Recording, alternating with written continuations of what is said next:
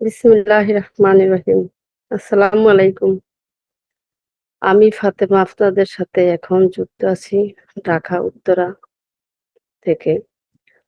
তো প্রিয় ভাই ও বোন, বিজনেস পার্টনার যারা যে যেখান থেকে দেশ, বাংলাদেশ, পৃথিবীর যে যেখান থেকে যুক্ত হয়েছেন সবাইকে আন্তরিকভাবে শুভেচ্ছা ও ভালোবাসা জানাচ্ছি। মহান আল্লাহ তাআলা কাছে শুকরিয়া আদায় করি যে আমরা সবাই সুস্থ থেকে এরকম একটা পরিস্থিতি, এরকম একটা মুহূর্তে যখন মানুষ মোবাইল বিভিন্ন ডিভাইসের মাধ্যমে নিয়মিত টিকটক, ফেসবুক, ইউটিউব বিভিন্ন অস্থিরতার ভিতরে জড়িত আছে, সেই রকম একটি সময়ে আমরা ডিএক্সএন এর মতো সুনামধন্য বিশ্ববিখ্যাত ভাইরাল কোম্পানি, যা আজীবন পরিবর্তনের ওয়েবসাইট, সেই ওয়েবসাইটে যুক্ত হয়ে আজকে আমরা এখানে একত্র হয়েছি কিছু কথা শোনার মতো। আল্লাহ তাআলা তৌফিক দিয়েছেন। প্রিয় ভাই ও বোন, আজ আমাকে একটি টপিক দেওয়া হয়েছে। আমি ফাতেমা, কাজের পাশাপাশি আমি আমার ডিএক্সএন এর প্রিয় প্রিয় ডিএক্সএন আমার প্রিয় কোম্পানি, আমি কিভাবে আমার স্বপ্নের পথে কাজ করছি। তো দেখেন, আমি পূর্বে একটা বিজনেস করতেছি, এখনো করছি। আমি ফাতেমা ঢাকাতে শূন্য হাতে এসেছি। আমার বলতে কিছুই ছিল না, বলতে আসলে আমার বাবা না, আমার হাজবেন্ড না, আমি বলতে আমি বাবার আমার বাবা বিজনেসম্যান ছিল, আমার হাজবেন্ডেরও মোটামুটি ভালো অবস্থায় আছে, কিন্তু আমার তো ছিল না। আজ মেয়েদের বাবার বাড়ি বলে বাবার বাড়ি, স্বামীর বাড়ি বলে স্বামীর বাড়ি, শ্বশুর বাড়ি এদের শ্বশুর বাড়ি, কিন্তু তার নামে কিছু থাকে না। তো আমি নিজে এমন একটা পজিশন তৈরি করেছি যে আমি করতে চাইছি যে আমি আমার নামে কিছু করব, আমি আমার নামে আমি পরিচিত হতে চাই। তো ইনশাআল্লাহ আপনাদের দোয়ায় আমি আমার নামে পরিচিত। এইরকম জায়গা থেকে আজ আমি ভালো একটা কোম্পানিতে আমি যুক্ত। খুব কখনো ভাবিনি যে আমি যুক্ত করতে পারবো বা হব। দেখেন, পূর্বে বিজনেস থেকে আজ আমি ডিএক্সএন এ ভালোভাবে উপভোগ করতেছি এবং একজনকে উৎসাহিত করতে পেরেছি। আমার কথা ও ভয়েস ঠিক মতো শোনা যাচ্ছে কিনা, আপনারা শুনতে পারছেন কিনা আমি জানি না। আমি ফাতেমা, আমি একজন মা, আমি একজন নারী, আমি একজন নারী উদ্যোক্তা। আমি আমার পরিবারের একজন অংশীদার। আমার পরিবারের দায়িত্ব যেমন আমার ঘরের কর্তার এবং আমার হাজবেন্ডের, তেমনি একইভাবে আমারও রয়েছে আমার পরিবারের দায়িত্ব বার গ্রহণ করার জন্য। তার জন্য আমাকে হতে হবে স্বাবলম্বী, হতে হবে একজন উদ্যোক্তা। তবে আমাকে এখন এই স্বাবলম্বী করার জন্য দায়িত্ব নিয়েছে ডিএক্সএল। ডিএক্সএল আমাকে কিভাবে দায়িত্ব নিয়েছে, কিছু পণ্য দিয়ে। তো পণ্য দিয়ে নিয়েছে যে পণ্যটা আমি ঘরে নিয়ে রাখবো না।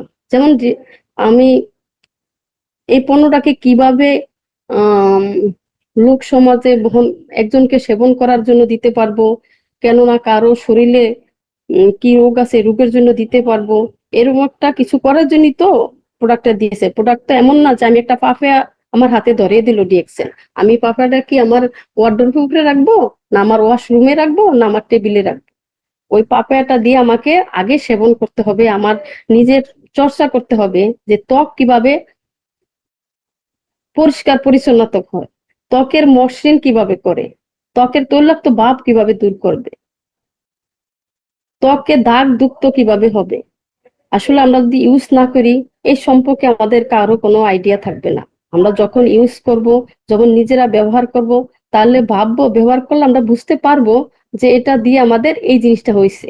তো আমরা কাস্টমারকেও বলতে সুবিধা হবে যে আসলে এই জিনিসটা কিনলে এই জিনিসটার মাধ্যমে আমাদের এরকম কিছু হয়। এখন আমরা নতুনরা অনেকেই আছি, হয়তো বিজনেস সম্পর্কে আমরা বুঝি না বা জানি না, এরকম অনেকেই আছে। তো এখন বিজনেস সম্পর্কে আমাদের জানতে হবে, বুঝতে হবে, নেটওয়ার্ক মার্কেটিং সম্পর্কে জানতে হবে। নেটওয়ার্ক মার্কেটিংটা 3 ধরনের হয়, যেমন low quality, medium quality, high quality. এখন আমি যদি 3 ধরনের মানুষকে সম্পর্কে জানতে না পারি, বুঝতে না পারি, তাহলে আমি তো বিজনেস থেকে জড়ে যাব। তাহলে বিজনেস সম্পর্কে আমাকে কি করতে হবে? ফার্স্ট আমাকে একটা ডিসিশন নিতে হবে যে আমি কোন পজিশনে যেতে চাই। সেই পজিশন হিসাবে আমাকে এক শক্তপোক্ত একটা ডিসিশন নিতে হবে। ডিসিশন নেওয়ার পর আমাকে সুন্দর করে একটা গোল টেবিল সেট করতে হবে যে আমি কত দিনের ভিতর ডায়মন্ড জায়গায় যেতে পারি। এই কাজটা যদি কতদিনে আমার সাকসেস করতে পারবো, যদি এই দুইটা শব্দ আমাকে আমার মাথায় ঢুকিয়ে আমার বা আপনাদের মাথায় ঢুকিয়ে অ্যাডজাস্টমেন্ট করতে পারেন, তাহলে মনে রাখবেন অতি তাড়াতাড়ি আপনি সাকসেস হবেন ইনশাল্লাহ। আর যদি আপনি হাল ছেড়ে দেন তাহলে এটা আপনার ব্যর্থতার মূল কারণ হয়ে দাঁড়াবে। যেমন কথায় বলে না মুরব্বীরা, যে লেগে থাকো সব কাজে, স্বপ্ন জয় তোমারই হবে। আমরা অনেকে জিজ্ঞেস করে থাকি কিভাবে মার্কেটিং বিজনেস করব, এটা আমাদের অনেকেরই প্রশ্ন থাকে। এখন দেখেন, আপনি যদি আপনার বিজনেসটাকে উন্নত করতে চান তাহলে আপনার মন থেকে বিজনেসটাকে করতে হবে, ভালোবেসে করতে হবে। পারবেন? বিজনেস যে আপনি করবেন নিজেকে পরিবর্তন করতে হবে, আপনাকে বিজনেসের প্রতি সময় দিতে হবে। আমি সময় যদি না দেই, বিজনেসটার প্রতি যদি আমরা খেয়াল না রাখি, কিভাবে আমরা যোগ্য তৈরি হব? বিজনেসের বিষয়ে আমাদের দক্ষ হতে হবে। তবে আমাদের লিডার রেজা স্যার আর এই মাসে আমাকে একটা টার্গেট দিয়েছে মোটামুটি 30 জনকে জয়েন করানোর জন্য। আদৌ কি আমার পক্ষে সম্ভব? আমি নতুন মানুষ 30 জন জয়েন করতে পারবো? আমিও আশা রাখছি যে ইনশাআল্লাহ, দেখি কতটুকু আগাম যায়। তবে আমার একটা জিনিস, জয়েন্টের বিষয়ে আমাদের আসলে কিছু শিখার আছে, কিছু বুঝার আছে। জয়েন্ট শুধু জয়েন্ট করলেই হবে না, কিভাবে জয়েন্ট করবেন সেই বিষয়ে জানতে হবে। তা আমি দেখেন নতুন একটা কৌশল সৃষ্টি করছি। আমি দোকানে একটা কাস্টমার আসে আমার একটা প্রোডাক্টের জন্য, বাট আমি যখন তার হাতে প্রোডাক্টটা পৌঁছে দিই তখন আগেই বলি যে আপনার কি ডিসকাউন্ট কার্ড আছে? বলে কিসের আবার ডিসকাউন্ট কার্ড, আপনি তো কখনো আগে ডিসকাউন্ট দেন নাই। তাই আমি বলি এখন যে পণ্যগুলা কিনো এটা কিনলে একটা ডিসকাউন্ট কার্ড হয়। এই ডিসকাউন্টের মাধ্যমে তুমি যে আমার পণ্যটা 200 একটা পাপে স্কাপ 280 টাকা, বাট ওই জায়গা থেকে যদি তোমার একটা ডিসকাউন্ট কার্ড থাকে ওটা দেখালে আমি তোমাকে দিব 235 টাকা। তাহলে তুমি কত টাকা পাইছো? বলবো এত টাকা। তো আমি তো হাসিয়া দিয়ে বললাম তাহলে দেখো, এখন যদি তুমি একটা ডিসকাউন্ট কার্ড করো, এই ডিসকাউন্ট কার্ডটা দিয়ে তুমি আরো 10 জনকে করাইলা, তখন ওই 10 জন কি তোমার পণ্য নিল না? হ্যাঁ। যদি নেয় তাহলে ওই জায়গাতে তোমার একটা পিপি আসবে। ওই পিপি দিয়ে কি হয় তুমি জানো? পরে বললো কি হয়? ওই পিপি দিয়া যেমন তুমি 10 জনকে করাইছো, 10 জন আরো 10 জনকে করাবে, তখন তোমার একটা বড় অ্যামাউন্ট একটা পিপি আসবে। ওই পিপি দিয়া কোনোদিন তুমি তোমার হাজবেন্ড নিয়ে তুমি সিঙ্গাপুরে, সৌদি আরব এরকম জায়গায় ঘুরে আসতে পারবা। তখন ওরা হাসে আমাকে নিয়ে। আপনি জানেন, আজ হয়তো আপনারা জানে কিনা জানি না, আজকে আমার মনে হয় 2-4-5 বছর আমার দোকানে এত হাসাহাসি হয় না।